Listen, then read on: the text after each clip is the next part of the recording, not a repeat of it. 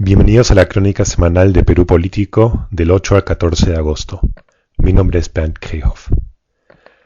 Antes de iniciar nuestro recuento, quiero tomar la oportunidad para expresar a nombre del equipo de Perú Político nuestra solidaridad con las víctimas del terremoto del miércoles. Esperamos que los distintos niveles gubernamentales unan esfuerzos para asistir a las víctimas e iniciar cuanto antes la reconstrucción de las viviendas y la infraestructura destrozada. Cuando haya pasado lo peor, será necesario repensar la estrategia de defensa civil.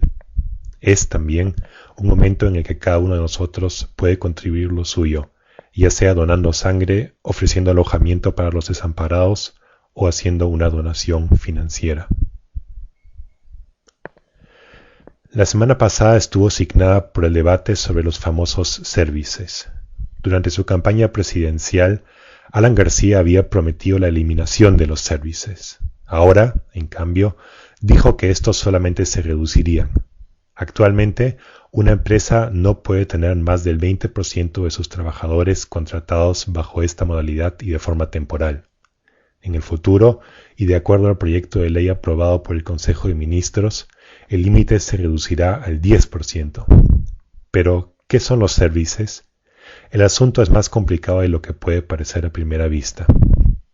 Para entender los services, es necesario distinguir entre dos formas de contratación de empleados externos. Por un lado está la tercerización laboral. Esta modalidad implica que una empresa contrate los servicios de otra empresa, por ejemplo, la distribución de sus productos. Bajo esta modalidad es la empresa contratada la que lleva a cabo la distribución, no la empresa contratante, que puede ser, por ejemplo, una fábrica interesada en tener otra empresa encargada de distribuir estos productos. Entonces, bajo esta modalidad, la empresa contratada es la que lleva a cabo la distribución, no la empresa contratante, y la que asume plena responsabilidad sobre sus trabajadores y sobre la ejecución del servicio es también la empresa contratada, es decir, la distribuidora. Por otro lado está la intermediación laboral. Esta modalidad es la que se llama service.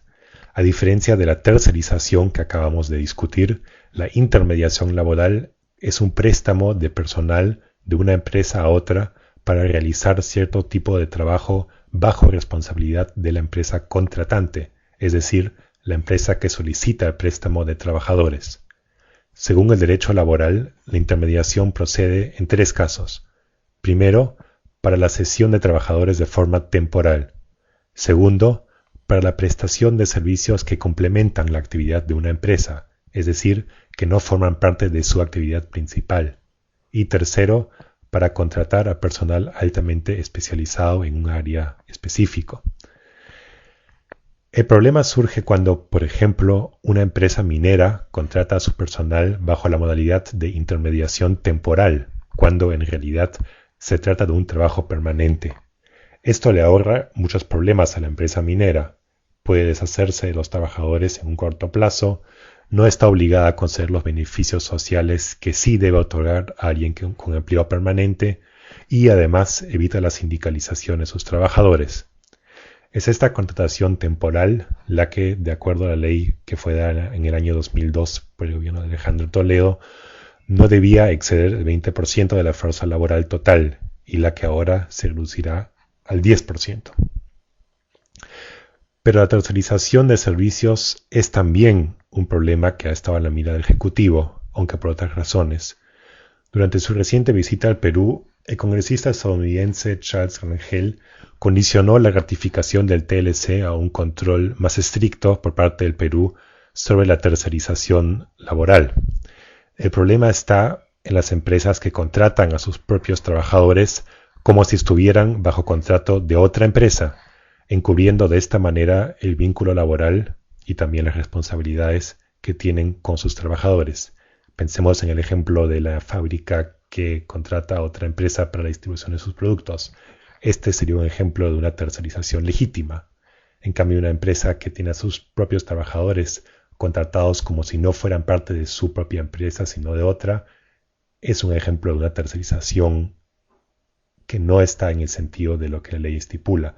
Sería una malversación, un mal uso de la ley, del sentido de la ley.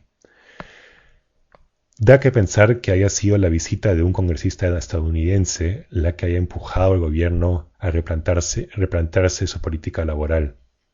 Alan García, que hizo campaña como defensor de los trabajadores y se hizo enemigo de los abusos laborales, debería haberse preocupado por este tema por cuenta propia y mucho antes.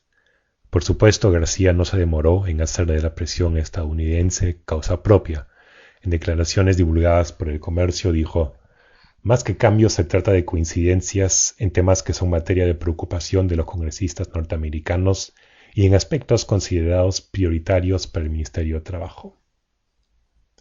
Esto ha sido todo por esta semana. Gracias por su atención y será hasta la próxima si así le parece.